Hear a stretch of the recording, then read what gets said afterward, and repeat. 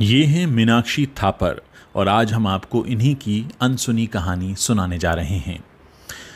असल में ये माया नगरी में हीरोइन बनने का सपना लेकर आई थीं, लेकिन इनका हश्र कुछ और ही हुआ। देहरादून से हीरोइन बनने के लिए मुंबई पहुंची मीनाक्षी ने खुद स्ट्रगल करके मधुर भंडारकर की फिल्म में करीना कपूर के साथ अपनी जगह भी बना ली थी। इनका ख्वाब पूरा होने को था, लेकिन अफसोस ये रहा कि इनका सुनहरा सपना पूरा हो उससे पहले ही इनकी ज़िंदगी ख़त्म हो गई। एक कत्ल की साजिश ने सब कुछ बदल दिया। इनका सिर धड़ से अलग कर दिया गया और शरीर को कई दिनों तक सेप्टिक टैंक में सड़ने के लिए छोड़ दिया गया। असल में ये अपनी एविएशन की पढ़ाई पूरी करके हीरोइन बनने मुंबई पहुंची थी। 4 अक्टूबर 1984 को जन्म हुआ था मीनाक्षी थापर का उत्तराखंड के देहरादून की एक मिडिल क्लास फैमिली में। देहरादून के दून स्कूल से पढ़ाई पूरी करने के बाद मीनाक्षी ने एविएशन की डिग्री ली। वो एयर होस्टेस बनना चाहती थीं, जबकि उनका बड़ा भाई आर्मी में भर्ती की तैयारी कर रहा था। मीनाक्षी बेहद सुंदर थीं। अक्सर लोग उन्हें मॉडलिंग और फिल्मों में काम करने की सलाह दिया करते थे। देहरादून जैसे शहर में ये सपना पूरा करना मुमकिन नहीं था, इसीलिए मीनाक्षी ने मुंबई जाने का फैसला कर लिया। उनके परिवार ने उन्हें भरपूर सपोर्ट किया और वो चंद रुपए लेकर हजारों नौजवानों की तरह सपनों के शहर मुंबई आ गईं। मुंबई में उन्होंने पहले कुछ जान पहचान वालों की मदद से मॉडलिंग की दुनिया में काम करना शुरू किया। मुंबई शहर में उनकी जान पहचान धीरे धीरे बढ़ने लगी और आगे बढ़ने के रास्ते भी खुलते चले गए। कुछ कोऑर्डिनेटर्स की मदद से उन्हें सबसे पहले 2011 की हॉरर फिल्म 404 में एक छोटा सा काम मिल गया। ये साल 2012 की बात है। फिल्म फैशन के लिए नेशनल अवार्ड जीत चुके पॉपुलर फिल्म मेकर मधुर भंडारकर करीना कपूर के साथ ही फिल्म में एक शूटिंग कर रहे थे और फिल्मों में जगह बनाने वाले जो स्ट्रगलर्स होते हैं वो अक्सर उनसे मिलते रहते हैं, उनके शूटिंग लोकेशंस के आसपास घूमते रहते हैं, जिससे उनकी जान पहचान बढ़ जाए और उन्हें भी फिल्मों में काम मिल जाए। तो बस इसी तरह मीनाक्षी थापर भी उसी फिल्म हीरोइन के सेट पर पहुंच गईं। फिल्म हीरोइन के सेट पर पहुंचते ही जो पहला शख्स उन्हें मिला उसका नाम था अमित कुमार जायसवाल। अमित फिल्म हीरोइन में एक जूनियर आर्टिस्ट के तौर पर काम कर रहा था। उसने मीनाक्षी को अपना परिचय दिया और कहा कि वो कई बड़ी फिल्मों के कास्टिंग डायरेक्टर्स और कोऑर्डिनेटर्स को जानता है और कई लोगों को वो फिल्मों में काम भी दिलवाता है। मीनाक्षी यही चाहती थी कि अमित जैसे काम के आदमी के आगे उनकी एक स्ट्रगलर की इमेज बने तो अच्छा नहीं होगा, इसलिए उन्होंने ये कह दिया कि वो नेपाल की एक रॉयल फैमिली से ताल्लुक़ रखती हैं और काम की तलाश में मुंबई आई हैं। देखने में भी जो मीनाक्षी थी वो काफ़ी रईस ख़ानदान की मालूम पड़ती थी, तो अमित ने भी उन पर भरोसा कर लिया और दोनों ही अपना झूठा परिचय देकर बात को आगे बढ़ाने लगे। कुछ समय बाद अमित ने मीनाक्षी की मुलाकात अपनी गर्लफ्रेंड प्रीति सरीन से करवाई। प्रीति सरीन भी फिल्म हीरोइन का हिस्सा थीं और उसने भी अमित की बताई हुई कहानी दोहरानी शुरू कर दी कि दोनों कई बड़े कोऑर्डिनेटर्स को जानते हैं। अपनी बात पर यकीन दिलाने के लिए अमित ने तुरंत मीनाक्षी से पूछ लिया कि क्या वो फिल्म हीरोइन में काम करेंगी। जाहिर है मीनाक्षी झट से तैयार हो गई। पहली मुलाकात में ही अमित ने उन्हें फिल्म में काम दिला दिया तो मीनाक्षी उन पर भरोसा करने लगी। 34 साल का अमित जायसवाल, जो प्रयागराज का रहने वाला था, वो फिल्मों में काम करने ही मुंबई आया था। उसकी गर्लफ्रेंड प्रीति सरीन भी इलाहाबाद की रहने वाली थी, जिसकी उम्र 26 साल थी। फिल्म हीरोइन में काम करते हुए तीनों की दोस्ती और गहरी हो गई और वो अक्सर सेट पर साथ समय बिताने लगे और कभी कभी वो अपने काम को भी डिस्कस किया करते थे। पहली मुलाकात में ही बोले गए मीनाक्षी के झूठ को अमित और प्रीति ने सच मान लिया था। उन्हें वाकई लगता था कि मीनाक्षी एक अमीर घराने की हैं और उसके लिए वो उनसे पैसा ले सकते हैं ताकि कुछ बड़ी फिल्में भी प्रोड्यूस कराई जा सकें। मीनाक्षी अक्सर उनके सामने रॉयल परिवार की कुछ झूठी कहानियां भी सुनाया करती थीं। अब आपको बताते हैं कि कैसे मीनाक्षी को फंसाने के लिए उनके दोस्तों ने ही एक प्लान बनाया। असल में मार्च 2012 की बात है, जब अमित और प्रीति के पास कोई काम नहीं था, घर चलाना मुश्किल हुआ, तो उन्होंने एक प्लान बनाया। प्लान ये था कि मीनाक्षी की किडनैपिंग करके उनके परिवार से फिरौती मांगेंगे। इस प्लान में मीनाक्षी को फंसाने के लिए अमित ने 13 मार्च 2012 के दिन मीनाक्षी को एक कॉल किया और उन्हें बताया कि एक बड़ी भोजपुरी फिल्म में लीडिंग एक्ट्रेस की तलाश है। अगर वो हीरोइन बनना चाहती हैं तो साथ में वो इलाहाबाद चलें। शुरुआत में मीनाक्षी ने यह कहते हुए इनकार कर दिया कि वो सिर्फ हिंदी फिल्मों में ही काम करना चाहती हैं, लेकिन फिर भी अमित और प्रीति उन पर थोड़ा दबाव बनाते रहे। आखिरकार वो उनके साथ चलने के लिए तैयार हो गईं। मीनाक्षी के एक दोस्त ने उन्हें मुंबई स्टेशन तक ड्रॉप किया और तीनों ट्रेन की टिकट लेकर मुंबई से प्रयागराज निकल गए। उस जमाने में प्रयागराज को इलाहाबाद कहा जाता था।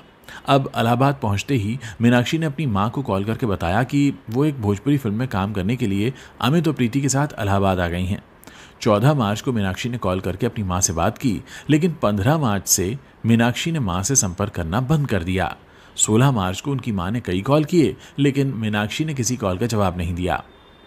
जब कई कोशिशों के बाद भी मीनाक्षी से संपर्क नहीं हो रहा था तो उनकी मां घबराने लगी। उन्होंने अपने बेटे को कॉल किया जो आर्मी में था।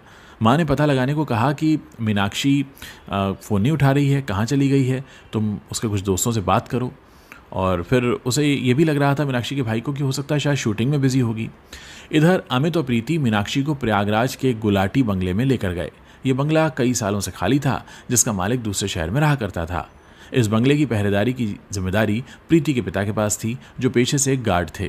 प्रीति जानती थी कि उसके पिता कुछ दिनों के लिए गांव गए हैं, तो बंगला कुछ दिनों तक तो पूरी तरह खाली है। 17 मार्च 2012 की बात है। मीनाक्षी की मां उनके कॉल के इंतजार में थी, तभी उनके मोबाइल पर एक मैसेज आया। मैसेज में लिखा था, अगर अपनी बेटी को जिंदा देखना है तो 15 लाख रुपए का इंतजाम करो। अब मां डर गई और उन्होंने तुरंत अपने बेटे को कॉल किया। मीनाक्षी का भाई तुरंत उनकी तलाश के लिए छुट्टी लेकर मुंबई पहुंचा। कुछ देर में मां के पास दूसरा मैसेज पहुंचा और कहा गया कि अगर इस बात की खबर आपने पुलिस को दी तो तुम्हारी बेटी की अश्लील फिल्में बनाकर हम इंटरनेट पर वायरल कर देंगे। इस बार मां समझ गई कि मीनाक्षी वाकई मुसीबत में है। घर में मीनाक्षी के लिए कोई अगर फिक्रमंद हो रहा था तो वो उनकी मां थी, और फिर उनको कुछ ऐसा लगा कि शायद कुछ पैसे अगर ट्रांसफ़र कर दें तो इस मुसीबत से बचा जा सकता है। इसलिए उन्होंने जो अकाउंट नंबर दिया गया था फ़ोन पर, उसमें 60,000 रुपये ट्रांसफ़र कर दिए। असल में उनके पास उतने ही रुपए थे। उनके पास फिर कई और मैसेजेस आए जिनमें साफ लिखा था कि 15 लाख रुपए मिलने के बाद ही वो मीनाक्षी को लौटाएंगे। उधर मुंबई पहुंच चुके मीनाक्षी के भाई ने उस दोस्त से संपर्क किया जो मीनाक्षी को इलाहाबाद स्टेशन छोड़ने गया था। जब उस दोस्त से कोई सटीक जानकारी नहीं मिली तो भाई ने मुंबई में अंधेरी शहर के अंबोली पुलिस स्टेशन में अपनी बहन की गुमशुदगी की रिपोर्ट दर्ज करवा दी और उन्हें बता दिया कि उनकी मां के नंबर पर कुछ फिरौती के मैसेजेस आए हैं। पुलिस ने मामले की संजीदगी को समझते हुए तलाश शुरू कर दी और मीनाक्षी के सभी दोस्तों को पूछताछ के लिए बुलाया।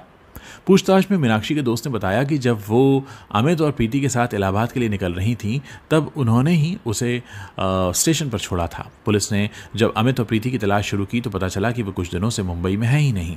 अब पुलिस का शक दोनों पर था। पुलिस ने खबरी नेटवर्क्स को एक्टिव कर दिया और दोनों की तलाश शुरू कर दी। आखिरकार अप्रैल के पहले हफ्ते में पुलिस को एक मुखबिर से जानकारी मिली कि दोनों लखनऊ में हैं। पता लगते ही लखनऊ पुलिस ने 12 अप्रैल को दोनों को गिरफ्तार कर लिया। फिर बाद में उन्हें मुंबई लाया गया और फिर उनसे पूछताछ शुरू की गई। शुरुआत में तो अमित और प्रीति पुलिस को गुमराह करते रहे, लेकिन फिर सख्ती करने पर दोनों ने जो बताया वो सुनकर हर कोई हैरान रह गया। पुलिस दोनों को लेकर प्रयागराज के उसी गुलाटी बंगले में पहुंची जहां दोनों ने मीनाक्षी को रखा था। सालों से खाली पड़े बंगले में उत्तर प्रदेश पुलिस, मुंबई पुलिस और कुछ मजदूरों को दाखिल होते देख पूरा जो एरिया था, इलाका था, वो हैरान रह गया था कि आखिर यहाँ इतने सारे लोग क्या करने आए हैं। बाद में अमित और प्रीति की निशानदेही पर मजदूरों ने घर के पीछे के हिस्से में खुदाई करनी शुरू कर दी और कुछ देर तक खुदाई करने के बाद पुलिस को एक सेप्टिक टैंक दिख गया। जैसे ही वो सेप्टिक टैंक खोला गया तो गंध से हर कोई समझ चुका था कि वो गंध टैंक या गंदगी की नहीं बल्कि एक सड़ी हुई लाश की है। कई दिनों से टैंक में पड़ी हुई लाश बुरी तरह सड़ चुकी थी। जब लाश को निकाला गया तो सिर्फ धड़ ही निकला, सिर अब भी गायब था। इसके बाद पुलिस अमित और प्रीति के साथ सिर की तलाश में लखनऊ से वाराणसी के रास्ते पर निकल पड़ी। कई घंटों की तलाश के बाद वाराणसी से ठीक पहले एक सुनसान इलाके में एक थैली में रखा हुआ सिर मिल जाता है। अब पुलिस के सामने साफ था कि किडनैपिंग की प्लानिंग करने वाले अमित और प्रीति ने मीनाक्षी का कत्ल कर दिया था। सिर और धड़ का मुंबई लाकर पोस्टमार्टम किया गया था। वहीं दूसरी तरफ दोनों आरोपियों से जब सख्ती के साथ पूछताछ शुरू हुई तो अमित ने रोते हुए इकबाल जुर्म कर लिया। उसने अपनी कहानी पूरी डिटेल में बताई। उसने असल में 12 मार्च का जिक्र किया जब उसने पहली बार मीनाक्षी की किडनैपिंग का प्लान बनाया था। अमित के बयान के अनुसार वो और प्रीति काम की तलाश में काफ़ी थक चुके थे। असल में सच बात तो ये थी कि दोनों को काम मिलना ही बंद हो गया था और इसीलिए उन्होंने मीनाक्षी की किडनैपिंग का प्लान बनाया जो उनके अनुसार एक रॉयल परिवार से ताल्लुक़ रखती थी। उन्होंने पहले मीनाक्षी को भोजपुरी फिल्म का लालच दिया और फिर उसे अपने साथ इलाहाबाद ले गए। इलाहाबाद पहुंचने के 2 दिन बाद ही मीनाक्षी समझ चुकी थी कि यहाँ कोई फिल्म नहीं बनने वाली। जब उसने भागने की कोशिश की तो दोनों बुरी तरह डर गए। जब मीनाक्षी भागने के लिए शोर मचाने लगी तो अमित ने उसका गला दबाया, जिसमें प्रीति ने उसकी मदद की। कुछ समय में ही मीनाक्षी की आवाज़ आनी बंद हो गई और उसकी सांसें भी रुक गईं। अब पूरा मामला इस तरह से सामने आया कि जिस वक्त फिरौती का मैसेज किया गया था उससे पहले ही मीनाक्षी मर चुकी थी। जिस समय 16 मार्च के दिन मीनाक्षी की मां के पास फिरौती का पहला मैसेज आया था, वो उससे पहले ही असल में मारी जा चुकी थी। दोनों ने कई दिनों तक लाश को गुलाटी बंगले में ही रखा और लगातार मीनाक्षी की मां को मैसेज करते रहे। कुछ समय बाद दोनों ने बाजार से एक धारदार हथियार खरीदा और मीनाक्षी की पहचान मिटाने के लिए उसका सिर धड़ से अलग कर दिया। दोनों ने घर के पीछे बने सेप्टिक टैंक में उसकी सिर कटी लाश को डाल दिया और ऊपर से ढक दिया। सिर को ठिकाने लगाना अभी बाकी था तो दोनों मुसाफिरों से भरी एक बस में चढ़ गए जो प्रयागराज से वाराणसी जा रही थी। जैसे ही अंधेरा हुआ तो दोनों ने एक सुनसान जगह देखकर थैली में रखा हुआ सिर बस की खिड़की से बाहर फेंक दिया। वो जान चुके थे कि मुंबई पुलिस उनकी तलाश कर रही है और दोनों ने फिर मुंबई लौटने की जगह अंडरग्राउंड होना ही बेहतर समझा। मधुर भंडारकर की फिल्म हीरोइन की जूनियर आर्टिस्ट मीनाक्षी की हत्या के बाद इस फिल्म की शूटिंग कुछ दिनों तक रोक दी गई थी। वहीं जब सच्चाई सामने आई तो हर कोई ये जानकर हैरान था कि जिन दोस्तों के साथ मीनाक्षी सेट पर समय बिताती थी उन्हीं दोस्तों ने उसकी हत्या की है। 9 मई 2018 के दिन साउथ मुंबई के सेशन कोर्ट ने अमित जायसवाल और प्रीति सरीन को मीनाक्षी थापर के कत्ल का दोषी पाया और सेशन कोर्ट के जज SG शेटे ने दोनों को इंडियन पीनल कोड की धारा 302 यानी हत्या और 364 यानी अपहरण के तहत उम्र कैद की सजा सुना दी। मौत से कुछ महीने पहले ही मीनाक्षी ने सोशल मीडिया पर एक पोस्ट शेयर किया था जिसमें लिखा था, आईना देखकर बोले संवरने वाले, अब तो बेमौत मरेंगे मेरे मरने वाले।